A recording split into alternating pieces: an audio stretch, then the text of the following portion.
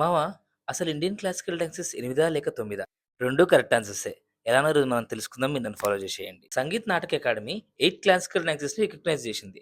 But ministry of culture మాత్రం 9 classical డాన్సెస్‌ని recognise చేసింది. ఫస్ట్, తమిళనాడులో Bharatanatyam oldest dance form. Hand gestures and expressions తోటి స్టోరీస్ చెప్పబడతాయన్నమాట. సెకండ్, యూపీలో Kathak best spin and footwork dance. Third, కేరళలో Kathakali facial expressions and makeup కి చాలా బాగా ఫేమస్. రామాయణం మరియు మహాభారత కథలు చూపించబడతాయి దాంట్లో. ఫోర్త్, సేమ్ స్టేట్ కి చెందిన Mohini Attam most graceful and feminine dance form fifth. ఫిఫ్త్, మన ఆంధ్రప్రదేశ్లో Kuchipudi dance and drama mixed ఉంటుంది. Best balance and acrobatic dance అన్నమాట.